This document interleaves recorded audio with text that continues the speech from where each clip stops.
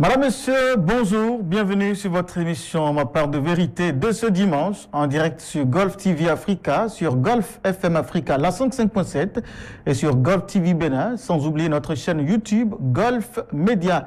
Nous faisons ce jour un tour d'horizon de l'actualité politique dans la sous-région, notamment au Mali, au Burkina et pourquoi pas en Guinée, pour connaître de l'évolution des situations géostratégiques, j'y arrive, et analyser les situations à ce niveau-là. Pour ce faire, l'invité qui a bien voulu accepter d'honorer de sa présence et se prêter à cet exercice est le professeur Vigile Aï.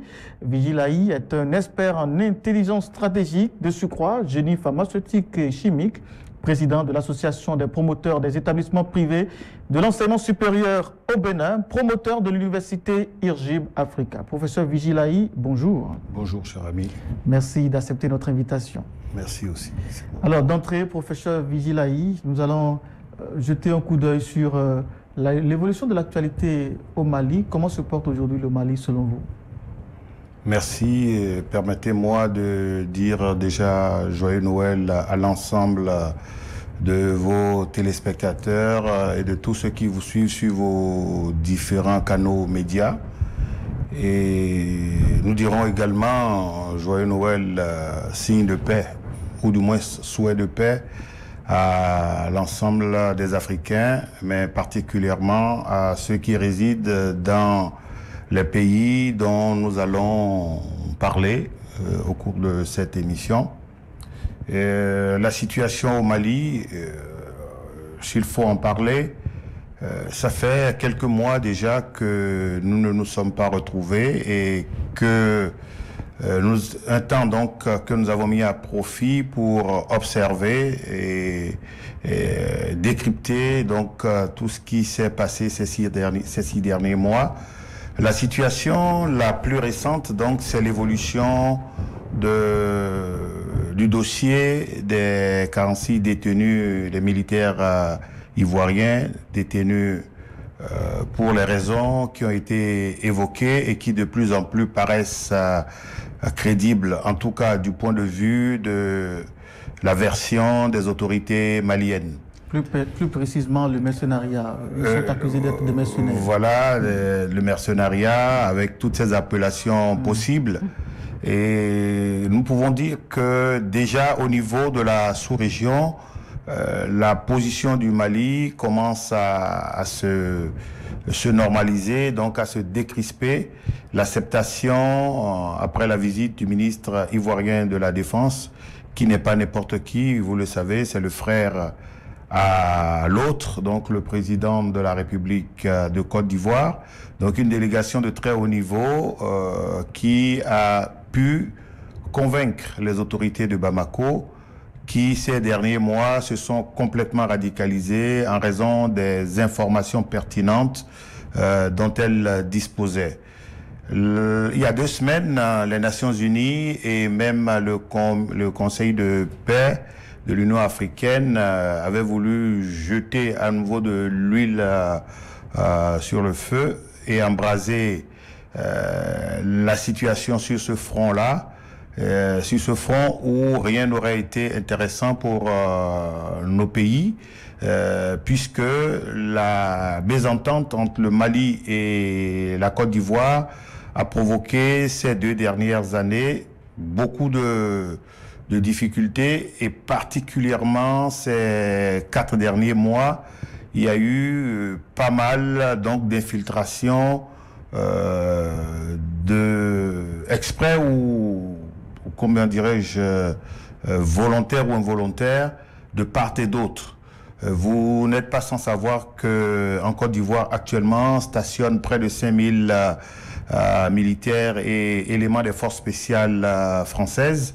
Et ceux-là, donc, ne sont pas en villégiature à Abidjan. Vous connaissez le niveau de la dégradation de la situation des relations entre Paris et Bamako. Et vous avez suivi la dernière décision, donc, de mettre hors du pays, de décréter non gratis À Abidjan, à Bamako, la représentante de l'Union européenne. Oui. Et donc, c'est pour dire que le Mali et la Côte d'Ivoire, sur ce qui convient d'appeler le dossier malien, ont apporté un petit brin d'espoir, mais on ne pourra pas oublier la réelle dégradation sur le terrain en dépit de la montée en puissance des forces armées maliennes. Les derniers mois, on chiffre à peu près entre octobre et décembre environ 2500 combattants djihadistes mis hors état de nuire, donc éliminés. Et dans le même temps, on peut dénombrer un peu plus de 80 éléments de forces maliennes, oui, et des civils en plus. Il faut dire que le décompte devient de plus en plus compliqué dans la mesure où, dès que des chiffres apparaissent, ceux qui veulent s'amuser à empirer et à mettre la peur commencent à parler d'exécution sommaire. La situation n'est pas aussi facile que ça, parce que les djihadistes dans toute la sous-région, dans leurs opérations, ont changé de manœuvre. Et la stratégie actuelle est d'éviter des bombardements massifs. Ils savent donc tous aujourd'hui que les armées de la sous-région sont en train de renforcer leur capacité de surveillance aérienne, et on assiste plutôt donc au remplacement des forces aériennes, à la mise en place de véritables états-majors de l'air et de l'espace, ce qui est véritablement à la mode. Et avec ça, les gens ont choisi donc de rentrer dans l'intimité sociale des populations. Donc, les gens de plus en plus développent la proximité, vivent dans les familles, se font héberger et trouvent également et surtout des activités qui permettent donc à de futurs assaillants de se planquer en bonhomie au sein de la population, à vaquer à des occupations telles que les tenues de kiosques, telles que les ventes de gadgets, le ramassage d'objets métalliques, etc. Et ce qui est plus dangereux, le ramassage de ces objets métalliques permet de constituer de la matière première pour la réalisation d'engins explosifs improvisés qui constituent aujourd'hui un dispositif, une arme puissante des assaillants, des djihadistes et des différents tenants de la force et de l'extrémisme violent. Professeur Vigilayi, ce point que vous soulevez est quand même très très important, hein, parce que cette pratique, nous l'observons partout ailleurs, même au Bénin ici. Absolument. Il ne faut pas se cacher derrière son petit doigt. C'est ce qu'on reproche à nos autorités, aussi bien africaines qu'au niveau des organisations régionales. Mis à part la vérité est clairement dévoilée par le chef du département de la sécurité de la CEDEAO, le général Béanzin, qui n'y est pas allé du dos de la cuillère. Il a dit clairement ce qu'il pensait et qui semble quand même presque entièrement réel.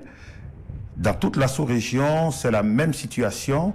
Et vous convenez avec moi que c'est à juste titre que le chef de l'État togolais a procédé il y a quelques jours à un remaniement d'office d'emblée et surprise de son dispositif par le remplacement de la ministre en charge de la Défense.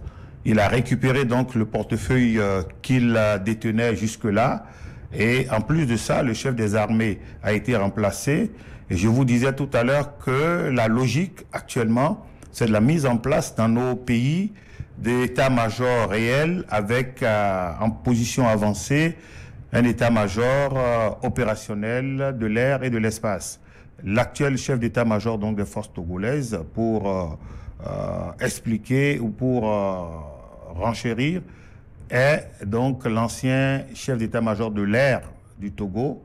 Et ça, donc, nous donne une idée de la déclinaison et des différentes perspectives que nous aurons en 2023. Je ne sais pas si ça va être des mouvements coordonnés, mais on n'en est pas loin, puisque dans les autres pays, les positions des anciens chefs des états-majors de l'air, ces positions sont renforcées. Vous savez que chez nous au Bénin, le chef d'état-major particulier du président de la République est donc l'ancien patron des forces de l'armée de l'air.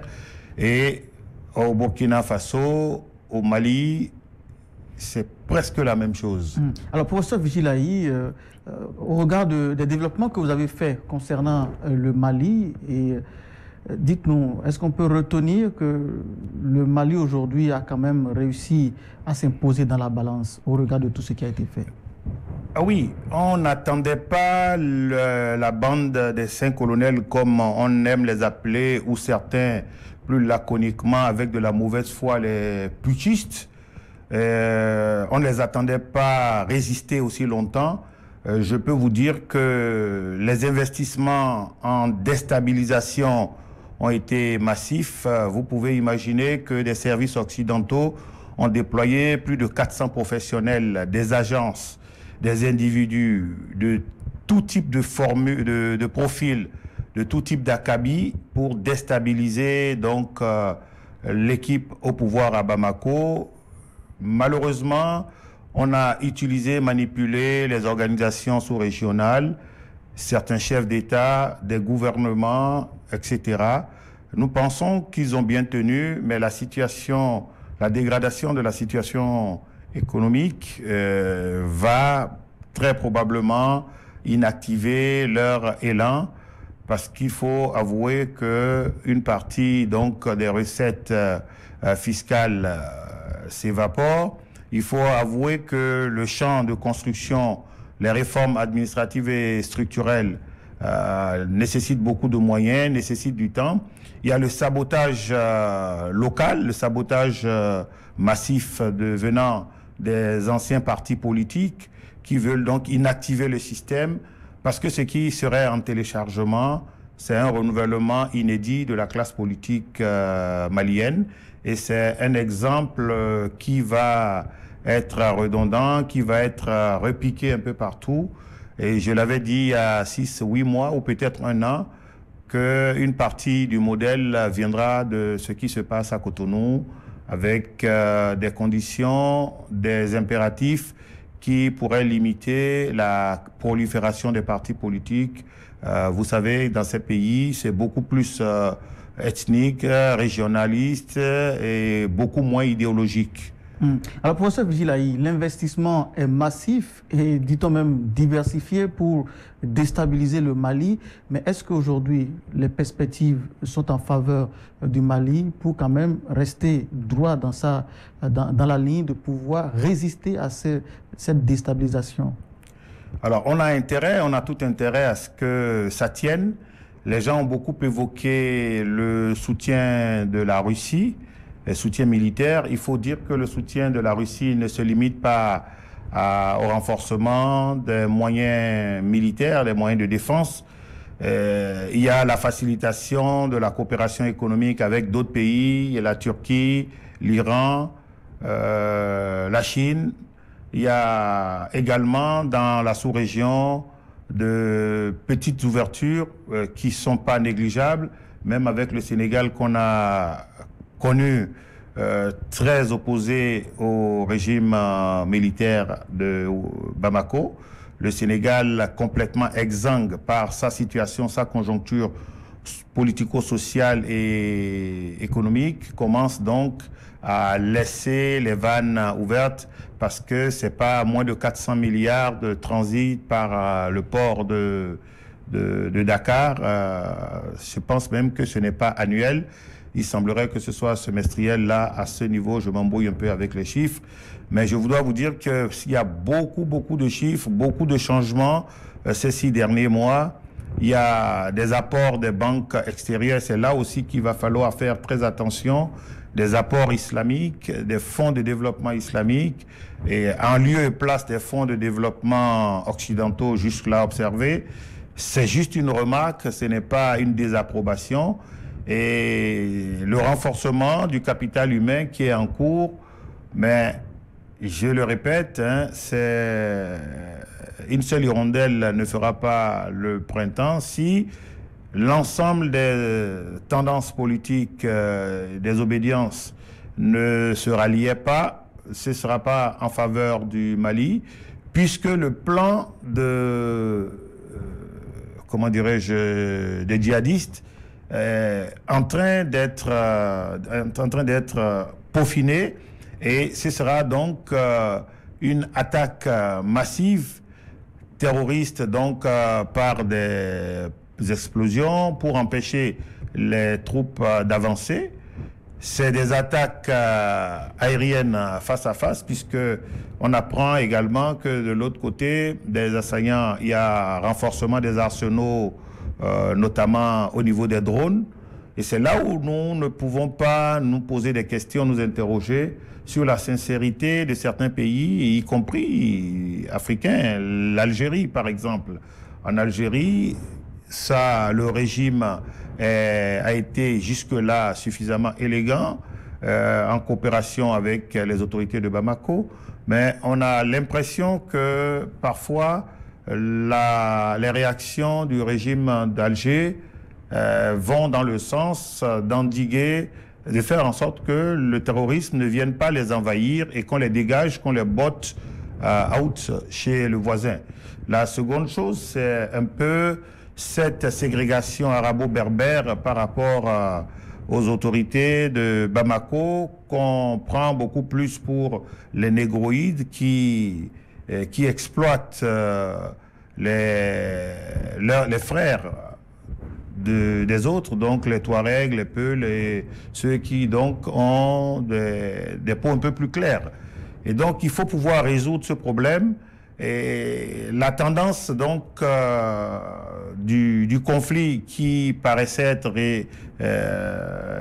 religieuse, cette tendance est en train de disparaître, et on se rend compte que ce sont des groupes mafieux qui, en détresse, sont en train de jouer, en fait, d'engager des barreaux d'honneur, mais qui ont jusque-là compté sur l'apport sérieux, de la négligence de la stratégie militaire de tous ceux qui sont partis en soutien, la communauté internationale notamment, notoirement, parce qu'on ne peut pas comprendre comment on a laissé certaines tendances rebelles, on les a sacralisées, on les a confirmées, on les a soutenues diplomatiquement, on les a renforcés dans leurs pratiques commerciales, mafieuses, dans le blanchiment.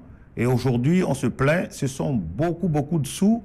Vous imaginez qu'aujourd'hui, chacune des factions de la rébellion dispose d'autant de sous, pour ne pas dire le IGS dispose de 10 fois le budget public de la République du Mali. Ce sont donc des questions qui pourraient...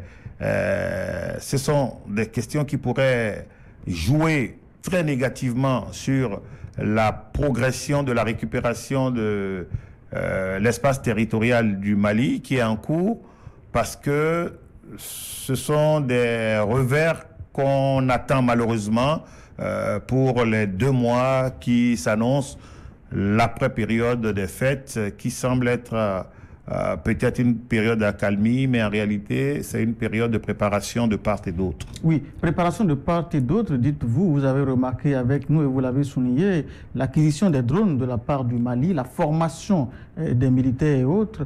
Alors, en dehors de tout ceci, vous avez souligné le facteur très important du ralliement des politiques qui sont un peu discordantes par rapport au régime en place. Est-ce que vous mettez les politiques à la place du peuple ou bien le peuple à la place des politiques? Quel est le rôle que joue le peuple souverain qui semble adopter massivement le régime d'Assimi Goïta? Oui. Alors, je ne vais pas plaire aux politiciens, parce qu'aujourd'hui, le malheur de l'Afrique, ce sont les politiciens. Et quand on dit les politiciens, c'est une émanation de toute façon de la population. Nous traînons une incurie qui fait que nous renvoyons aux autres nos tares et nos et nos défaites. Aujourd'hui, une partie sérieuse de la population, notamment la population juvénile, soutient et constitue un barrage pour les attaques contre le régime du président Goïta. Et c'est un peu dissuasif. Sinon, ce dont on parlait depuis, une force régionale qui serait allée intervenir pour empêcher des putschs et tout, on sait que c'est Paris qui sera derrière, parce que je ne vois pas des armées régionales. Je m'excuse, hein, ce n'est pas... Si on devrait être sérieux aujourd'hui, puisque devant la réalité, on ne peut plus se cacher, on nous a toujours dit ici que l'Occident, en 2 jours, allait rétablir l'Ukraine. Vous vous souvenez, les réalités sont là. Donc, je ne vois pas le pays aujourd'hui suffisamment stable. Les pays ont des capacités, mais suffisamment stables pour aller se mêler du problème là-bas. Le Sénégal s'est mêlé de la Casamance, mais à l'époque où de la Gambie par la Casamance, mais à l'époque où ça se faisait, il n'y avait pas tout ce désordre, il n'y avait pas cette allure ordurière maintenant du débat politique là-bas, avec une déliquescence totale de l'harmonie au niveau de la population. Et quel pays vous voulez prendre aujourd'hui comme exemple?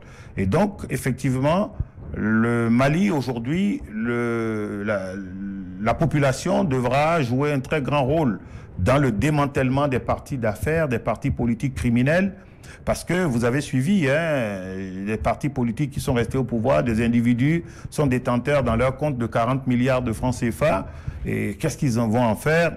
Ça vient d'où? Et ils constituent de potentiels dangers. Dans un pays qu'on veut reconstruire, il faut que les gens justifient les fortunes. Il va falloir que le peuple souverain, malien notamment, soit de plus en plus éveillé et fasse des barrières contre ces gens-là qui veulent diviser le peuple pour, en quelque sorte, continuer à semer la pagaille. Oui, absolument, mais il faut une maturité, parce qu'à partir d'un moment, devant la faim et devant la misère, les gens ne résistent pas. Ils sont facilement manipulables. Et c'est ça le talon d'Achille de nos pays, parce qu'au Mali, actuellement, vous avez toutes les semaines à peu près un recrutement. Est-ce que vous ne remarquez pas une typicité dans l'élan du peuple malien? C'est-à-dire, on sent que c'est unique leur façon de soutenir le régime en place. Ils ne vont pas céder facilement à la fin dont vous parlez? Non, au Mali, c'est historique, il est vrai. Mais à côté de cela, vous savez, il y a des manœuvres actuellement qui nous arrivent jusqu'à Cotonou aujourd'hui, qui nous arrivent à Abidjan, à Dakar, les faux recrutements. Les jeunes sont dans le désespoir parce que les Maliens continuent à essayer de migrer en Europe. Mais dès qu'on commence à leur dire qu'à côté, un institut, une université, une fondation met en place des bourses d'études, des bourses pour accompagner et surtout des recrutements, ils y vont. Et quand ils y vont, on les endoctrine, c'est des pièges qui se referment sur eux, ils ne peuvent plus en ressortir. Au début, on leur fait des provisions pour leur famille, pour les mettre pour les donner des garanties. Quand ils sont dans les centres, on commence comme si tout était normal, et puis on commence à les endoctriner, à les droguer, et après on leur montre comment leur famille, leur clan, leur région ont été spoliés, et ça suscite comment dirais-je, des rébellions, des rébellions, donc des états d'âme de colère, et avec cette colère, on les arme pour aller se battre. Et c'est pareil, c'est le même cas au Burkina Faso. C'est ce qui va déchirer le Niger, on ne le souhaite pas, mais c'est très avancé au Niger, et ça va faire donc émulation, boule de neige donc dans beaucoup d'autres pays. Oui, avant de parler du Burkina Faso, on va conclure sur le Mali d'abord, en attendant. Alors, est-ce qu'on peut dire aujourd'hui que le Mali, qui a réussi en quelque sorte à faire plier la Côte d'Ivoire à travers la délégation, la forte délégation qui a été déléguée pour discuter avec Assimi Goïta dans le cadre de la libération de ces dits mercenaires.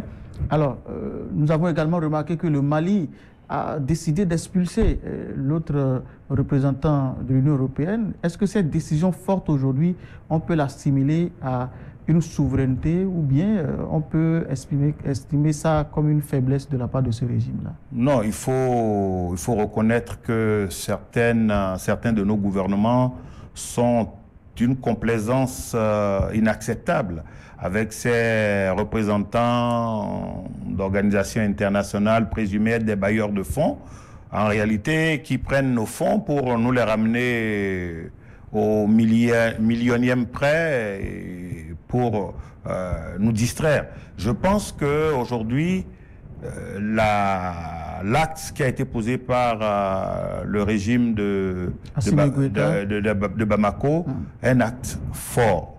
Il justifie toujours. C'est vrai qu'il y a des ratés. On ne va pas les encenser. Il y a beaucoup de ratés et on a l'impression que certaines leçons ne sont pas tirées du passé. Mais la situation est tellement complexe qu'on ne peut pas s'en prendre à ces jeunes qui, bon an, mal an, essaient de réparer ce qu'on a gâché pendant 60 ans, pendant 100 ans, pendant 200 ans de coopération, d'esclavage, de décolonisation et d'errance post-indépendance.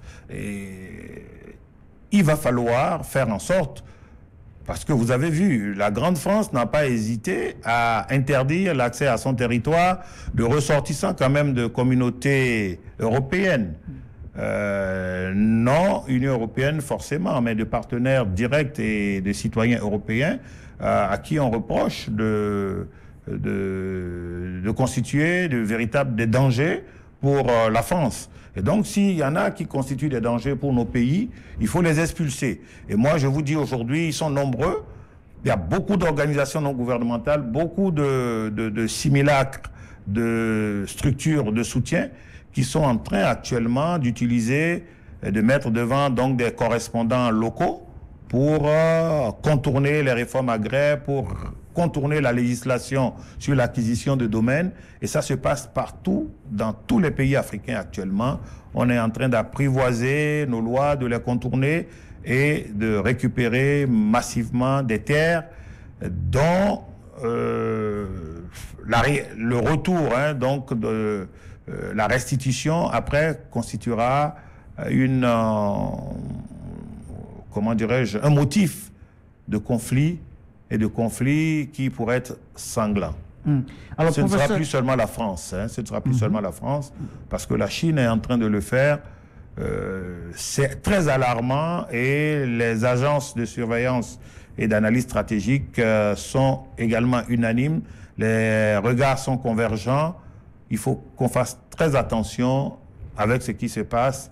On nous distrait en nous disant que le gros loup, c'est la France, c'est l'Occident avec l'Amérique en tête, mais les autres qui arrivent également ne vont pas faire dans la dentelle. Oui, professeur Vigilayi, on s'intéresse à présent au Burkina Faso. Quelle est la lecture que vous faites de la trajectoire qu'emprunte le capitaine Ibrahim Traoré actuellement, le bilan à mi-parcours de sa gestion de Burkina?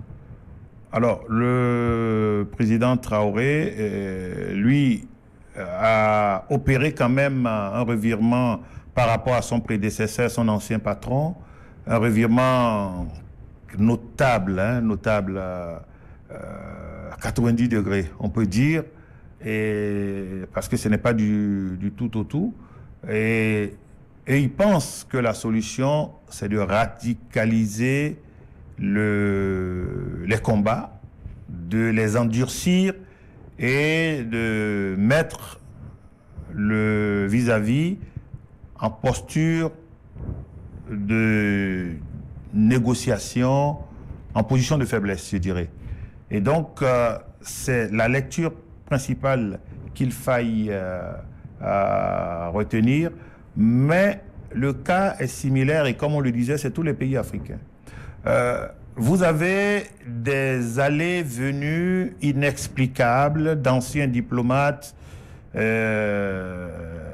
occidentaux, d'anciens ministres de la sous-région qui font les allers-retours de l'Hexagone à Ouagadougou, de Ouagadougou à 2 ou 3 capitales africaines, et ça pose des problèmes. La vieille classe politique ne veut pas céder, on ne leur demande pas de déblayer le terrain, le balai citoyen ne devrait pas les dégager comme ça, mais ce qui serait bien, c'est qu'on constitue une équipe de conseillers, du fait de leur expérience, du vécu, et que ces gens-là puissent accompagner au lieu de militer pour une accélération une liquidation de la période de transition pour leur permettre de récupérer rapidement le pouvoir. Si vous analysez réellement, tous ceux qui clament retour à l'ordre constitutionnel, quel ordre constitutionnel on a réellement eu? Il n'y a pas eu d'ordre constitutionnel. De partout, chacun fait, taille et détaille, découpe, met en lambeaux ce sur quoi ils se sont entendus. Sinon, quelle histoire ridicule de voir ce qui, aujourd'hui, distrait la sous-région ouest-africaine avec la situation de Dakar. Vous voyez? Donc, aujourd'hui, la question du Burkina Faso, c'est de renforcer le social et l'économie tout en faisant la défense. Malheureusement, on a l'impression qu'on est en train de leur couper les robinets. Ils s'efforcent de faire ce qu'ils peuvent. Et vaille que vaille, dans tous les cas, ils progressent parce que avant le coup d'État, il a été clair, le gouvernement a été clair et tout le monde le savait. En réalité, il y avait qu'une portion de 20% du territoire qui subsistait.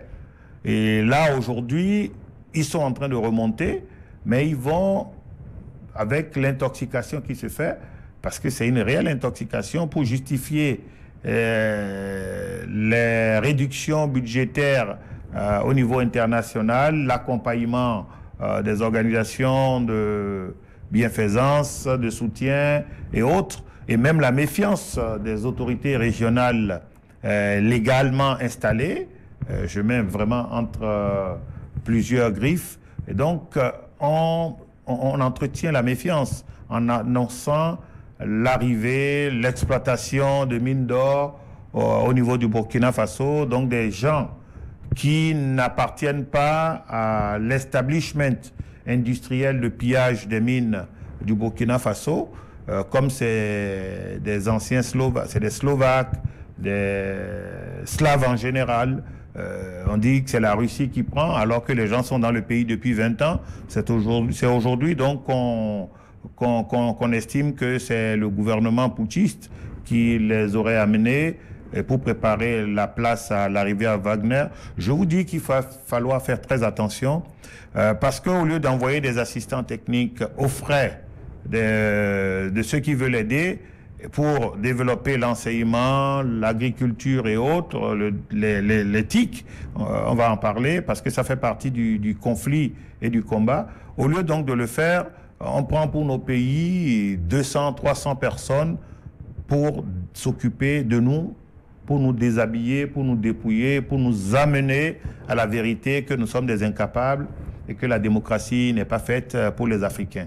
Au Burkina Faso, de toute façon, il va falloir faire une énorme pression, un geste en direction de la jeunesse pour qu'elle continue à appuyer le régime.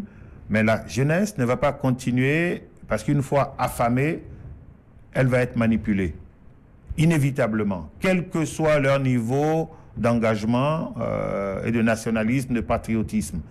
Et dans le même temps, on a dit que ce soit là ou à la zone des 3 frontières, les gens sont en train de s'équiper, ils sont en train d'avoir des armes.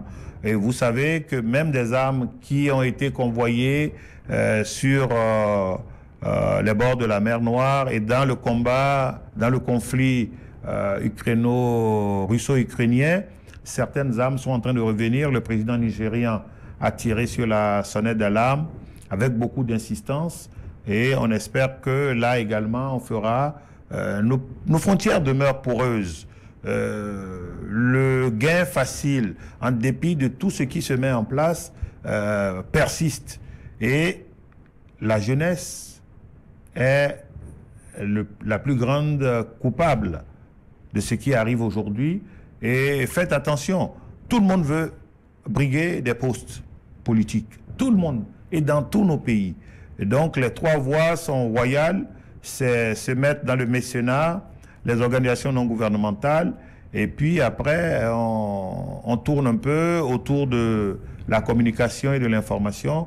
On fait semblant d'être des bienfaisants, des bienfaiteurs des populations, et vous les retrouvez après tous, et vous allez voir ce qui va se passer au Burkina dès qu'on va tailler sur mesure les nouveaux tests légaux pour permettre de rétablir un chef constitutionnellement élu, vous allez voir, ça va être la ruée vers le pouvoir, et ce n'est pas la ruée vers le développement. C'est vrai que pour développer, en dépit de toutes les bonnes volontés, il faut des gouvernements sérieux.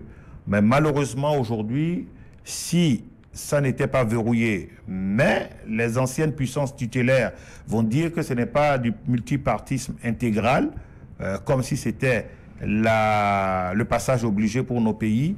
Et donc, en insistant sur ça, vous allez voir, hein, ce sera pire que ce qu'on a vécu jusque-là. Vous aurez que des jeunes, d'accord, ok, puisque les anciens seront balayés, mais vous aurez 200, 300 partis politiques. Et c'est pour ça que je pense que, aussi bien à Conakry que Bamako et Niamey, Ouaga, Bamako et Conakry, l'exemple de Cotonou est en train de beaucoup avancer, et on voit des mouvements assez discrets et beaucoup de projecteurs et de caméras, de scanners sur Cotonou.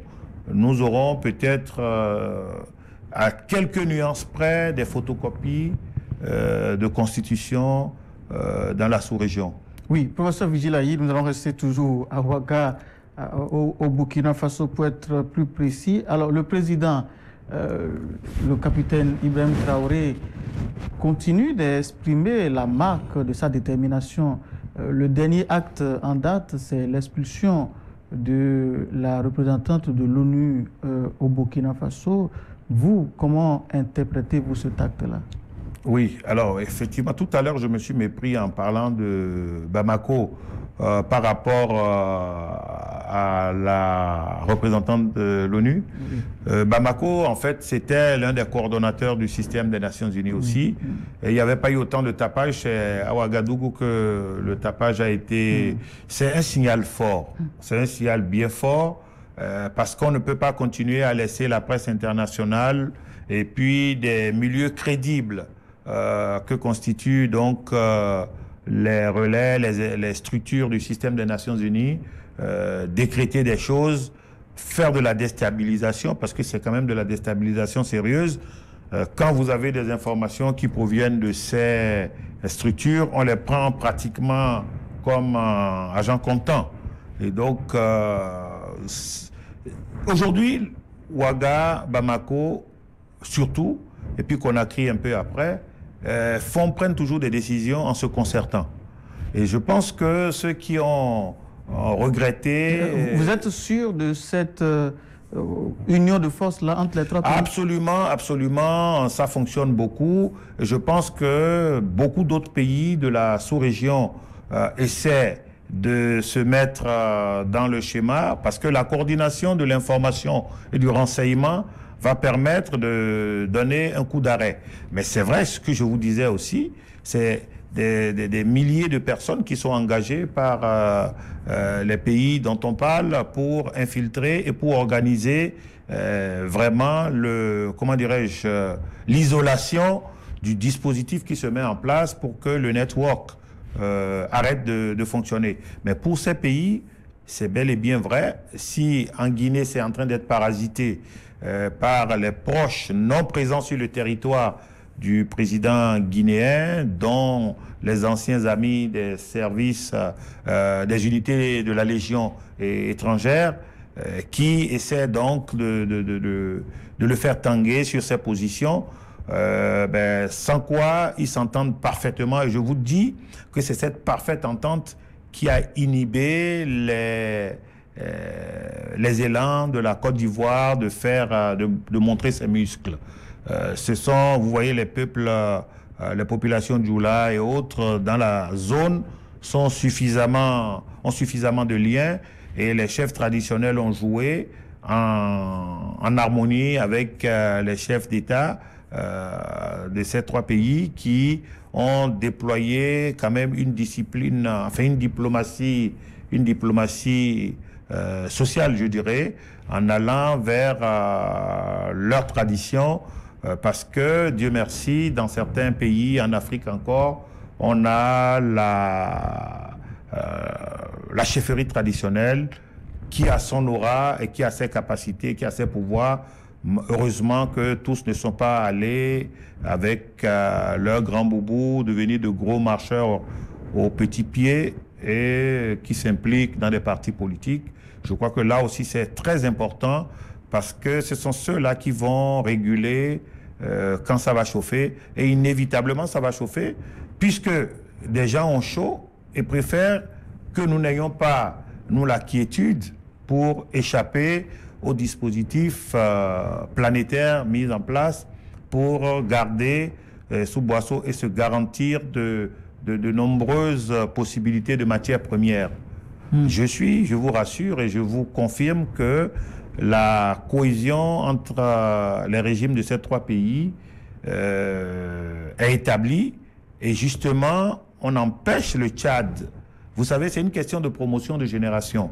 On empêche le Tchad d'adhérer à cela parce que vous imaginez que le Tchad rentre dans la boucle, ça va être infernal, aussi bien pour le terrorisme que pour les machinations contre les pays de la région sahélo-saharienne.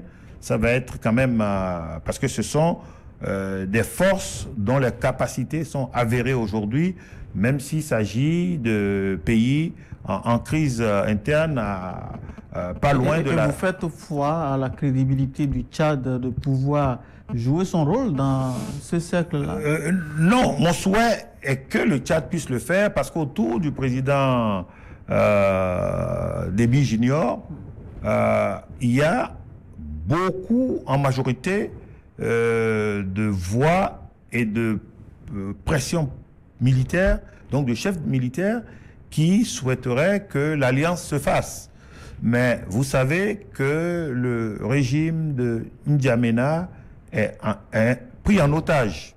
Et on lui dit, écoute, si tu continues, on te déroule le dispositif constitutionnel qui reste de mise, ou bien tu suis ce qu'on fait et on continue.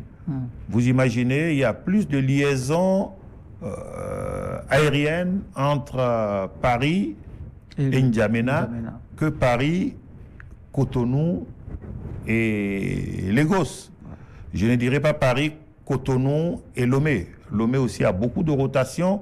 Donc il y a des actions souterraines, offshore, qu'il va falloir comprendre, faire comprendre et expliquer aux populations. Donc il va falloir aussi être beaucoup plus regardant dans celui qu'on veut mettre dans ce cercle-là, dans cette dynamique qui est mise en place par ce trio-là, le Mali, la Guinée et le Burkina Faso, nécessairement. Absolument. Alors professeur Vigilaï, avant de continuer, vous savez, tel que je vous le disais, Bamako a expulsé la représentante de l'ONU, mais Antonio Guterres n'est pas visiblement content. Il y a une autre qui est sortie et qui dit que le Burkina Faso n'a pas le droit d'expulser une représentante ou un représentant de l'ONU et que ça relève de la compétence de l'ONU. Et il a évoqué l'article 100, 101 et 105 de la Charte des Nations Unies. Et quelle est votre appréciation sur cette réplique-là? Alors, vous pensez que, pour moi, en tant qu'individu, Virgile Aï, ressortissant d'un pays, la terre africaine libre du Bénin, je voudrais dire que pour moi, excusez-moi, que ce soit de nombreux téléspectateurs, je ne suis pas diplomate, je ne suis pas membre du gouvernement, donc j'ai quand même le droit de m'exprimer. Pour moi, Guterres ne représente plus rien, les Nations Unies encore moins. Parce qu'on a vu la débâcle, on a vu les saignées, on a vu tout ce qui arrive, on a vu les mauvais jugements, on a vu les partis pris. Vous imaginez qu'on dise, oui, en Côte d'Ivoire, on donne quelques heures, et ça vient des Nations Unies, on donne quelques heures au Mali pour libérer. Qu'est-ce qui s'est passé? Et donc, ces gens-là demandent à nos pays de contribuer, de donner, de payer, et puis se payent le luxe de s'amuser comme ça. Et je vous dis, ce qui se passe aux Nations Unies, c'est exactement ce qui se passe à l'Union européenne et qui est en train d'être dévoilé avec les scandales au Moyen-Orient.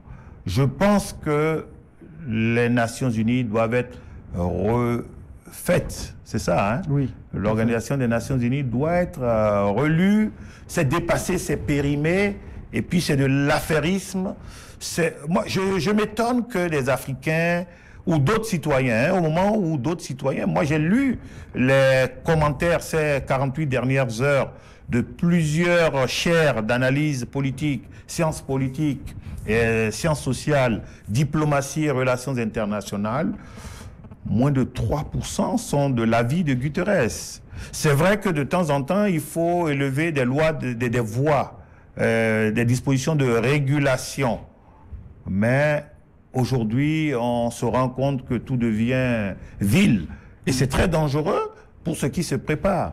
Professeur Vigil, ce qui a davantage alimenté les polémiques et les critiques sur les réseaux sociaux et tout le reste, c'est lors du point de presse annuel donné par Antonio Guterres, où il disait il y a quelques jours seulement que les opérations de maintien de paix, les casques bleus qui sont déployés sur le territoire africain, ne trouvent plus matière à travailler parce que normalement, elles y vont, les forces militaires y vont pour maintenir la paix. Mais normalement, quand elles arrivent, il n'y a plus de paix à maintenir, ce qui veut dire qu'il n'y a plus d'enjeu. Il y a comme une contradiction là. Vous allez pour maintenir une paix qui n'existe pas. Or, vous savez au préalable que cette paix n'existait pas et pourtant vous avez déployé l'équipe pour maintenir la paix. Oui, il y a des voix plus autorisées que moi, des gens plus expérimentés et des gens qui ont fait le parcours dans le système des Nations Unies, qui ont fait les missions de paix. Mais je pense que c'est des gouffres à sous pour nos pays. C'est vraiment de la véritable, c'est de la pagaille. Et puis, on ne peut pas être étonné, on ne peut pas être surpris. Qui a élu le secrétaire général des Nations Unies? Voilà. Qui a élu le secrétaire? Vous connaissez le mécanisme d'élection. La réponse aura servi à connaître davantage ce qui se passe à ce niveau. Nous sommes bousculés par le temps. Or, nous avons plusieurs autres points à aborder. Très rapidement, une vue sporadique sur la situation en Guinée. Est-ce que là-bas aussi ça évolue selon vous? Oui, alors en Guinée, je suis beaucoup moins rassuré.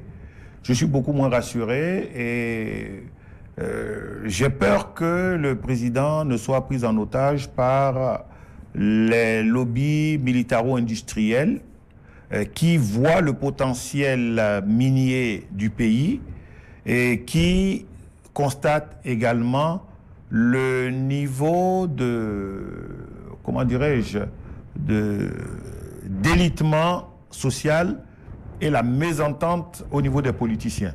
Je pense que le président Doumbia devrait pouvoir se recentrer sur l'essentiel parce qu'il embrasse beaucoup de choses à la fois.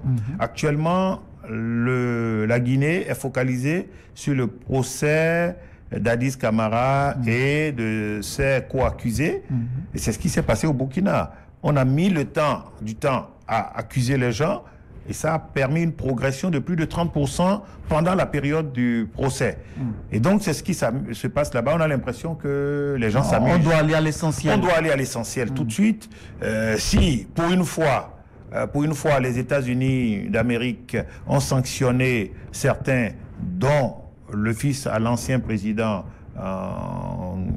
malien, c'était un exemple parce que les transferts de fonds occultes entre le Mali, la Guinée et la Côte d'Ivoire sont énormes. Et si on va vers des élections, vous savez que nos populations sont très sensibles. On a plutôt des campagnes censitaires, on a des campagnes sur fond d'argent. Même quand tu es bon et que tu n'as pas d'argent, il ne faut pas qu'on se distrait à dire que c'est le contraire. Tu ne peux pas remporter le suffrage. Dans très peu de cas, ça arrive. Et dans la situation de la Guinée, il faut pouvoir rapidement désactiver tous les partis politiques sectaires qu'il y avait, les partis politiques mafieux qu'il y avait, parce que chacun d'entre eux, quand vous prenez, c'est des gens d'une certaine région, c'est des intérêts et c'est beaucoup de milliards, anciens ministres de ci, anciens de ça.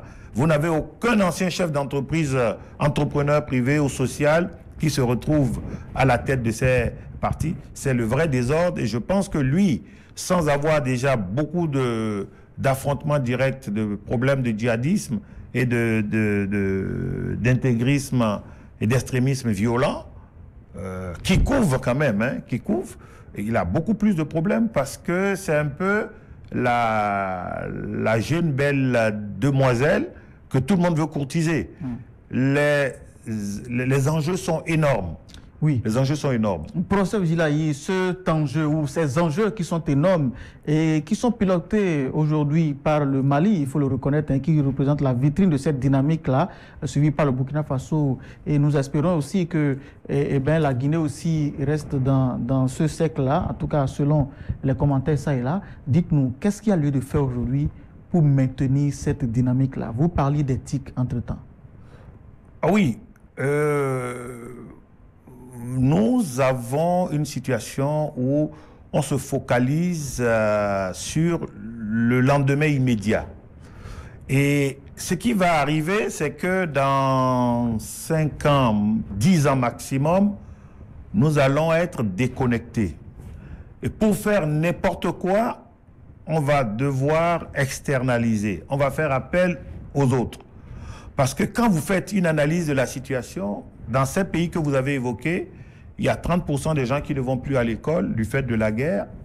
Et les autres qui font semblant d'aller à l'école ont de temps en temps des visites de grands universitaires, de grands scientifiques et de grands financiers qui viennent faire du saupoudrage. Il y a les gens de la diaspora qui essaient de venir pour être présents d'une part, prendre date et prendre position.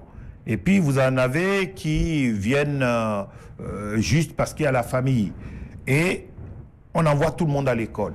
Vous imaginez la population en cours de scolarisation dans les divers niveaux de l'éducation. Et personne réellement ne pense à ce qui est en train d'arriver. La fracture numérique est en train de prendre une proportion telle que on ne l'a jamais vue. Et vous avez une expatriation systématique des cadres, du personnel médical de tous les pays dont on a parlé, auxquels se rajoutent ceux des nôtres. Vous avez des activités nouvelles qui arrivent et qui vont faire en sorte que nous serons simplement des plateformes de matières premières. Nous allons essayer de transformer chez nous. Mais le niveau de législation sera tellement élevé qu'on va vous dire, par exemple, le niébé de tel et tel autre pays ne peuvent pas rentrer à l'international si vous n'avez pas l'assurance que tel germe et tel germe sont déterminés avec tel type de technologie. Et cette technologie, aucun des pays africains ne serait en possession, d'une part. La finance est en train d'être digitalisée. Ça veut dire que la plupart des activités que nous sommes en train de mener dans la formation aujourd'hui vont être désuètes. Je vous assure que beaucoup de banques, récemment vous êtes allé en Europe, beaucoup de banques ont fermé. Vous avez des automates, vous allez déposer l'argent. Vous connaissez la population aujourd'hui, dans l'UMOA, vous avez plus de 400 000 personnes qui font des études au premier cycle, 400 000 personnes qui font des études au premier cycle de comptabilité, finance, banque, art, sciences. Et à côté de ça, on est en train de pousser tout le monde à l'entrepreneuriat. Mais l'entrepreneuriat aveugle. Parce que si tout le monde va au champ, on va vendre à qui? On n'a pas mécanisé. Quand est-ce qu'on va mécaniser? Et qui va mécaniser? Vous voyez?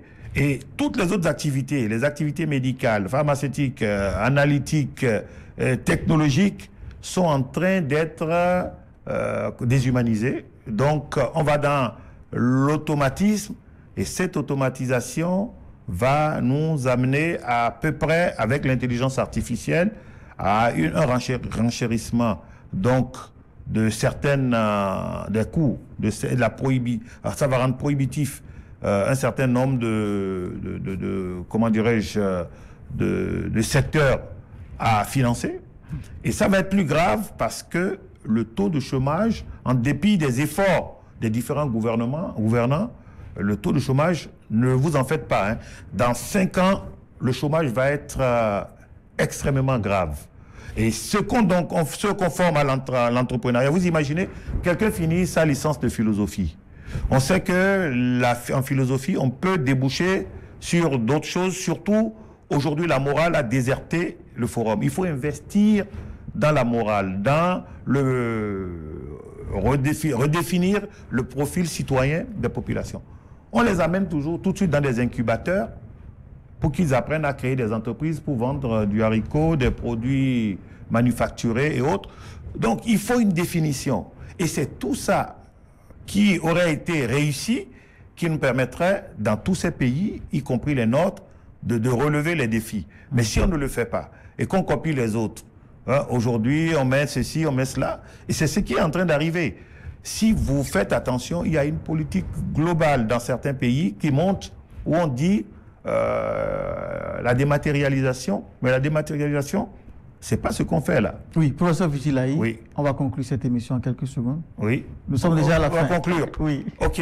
Alors, je me suis surpris à développer quelque chose qui est en train de nous faire peur au niveau des pays qu'on a cités, parce que on parle de terrorisme, mais on prévoit à peu près un accroissement de 60%. Ça, c'est l'OCDE, et puis à peu près 52% par les réseaux d'analyse stratégique de l'Union européenne rattachés donc à certaines institutions financières internationales. Et donc, on va vers une surpopulation du chômage, dans le cas du chômage. Et il faut qu'on arrête de dire sans emploi. Sans emploi, le gars, il est dans le chômage, il n'a pas ce qu'il faut parce qu'il a été formé pour ça. Et de l'autre côté, les djihadistes vont lui payer ça. Et je vous ai dit, toutes les semaines, c'est 200 à 400 personnes qui sont en train d'être recrutées dans notre aire géographique, dans les pays concernés, où on prend un peu de chez nous. Ce qu'on aurait souhaité, c'est que dans la sous-région, nous soyons un peu plus solidaires. Et que nous ayons l'écoute, que ceux qui sont dans les zones en difficulté, sur la ligne de front, directement, ceux qui sont sur le terrain des opérations, puissent se dire qu'ils ne sont pas entourés que de frères insensibles et que le partage des charges et de l'information se fasse parce que nul n'est à l'abri. Merci. Nous voulons la paix. Aujourd'hui, c'est Noël et paix chez nous. Paix à tous. Merci, professeur Vigilaï. Madame, monsieur, il est expert en intelligence stratégique. C'est lui que nous avons reçu aujourd'hui pour analyser l'évolution de l'actualité dans la sous-région, notamment au Mali, au Burkina et en Guinée. Merci de nous avoir suivis. À très vite.